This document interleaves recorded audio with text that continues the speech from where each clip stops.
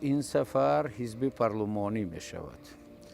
دویم مسئله تا کدام درجه این انتخابات در حقیقت شفاف، آزاد و دموکراتی برگزار می گردد. من چندین بار تاکید کردم که من با دموکراتی شفاف بودن انتخابات باوری ندارم. اکنون نتیجهش را در حقیقت تا کدام درجه این دموکراتی آزاد و شفاف می شود در آخر روز در وقت نتیجه گیری می شود، این را می بینیم.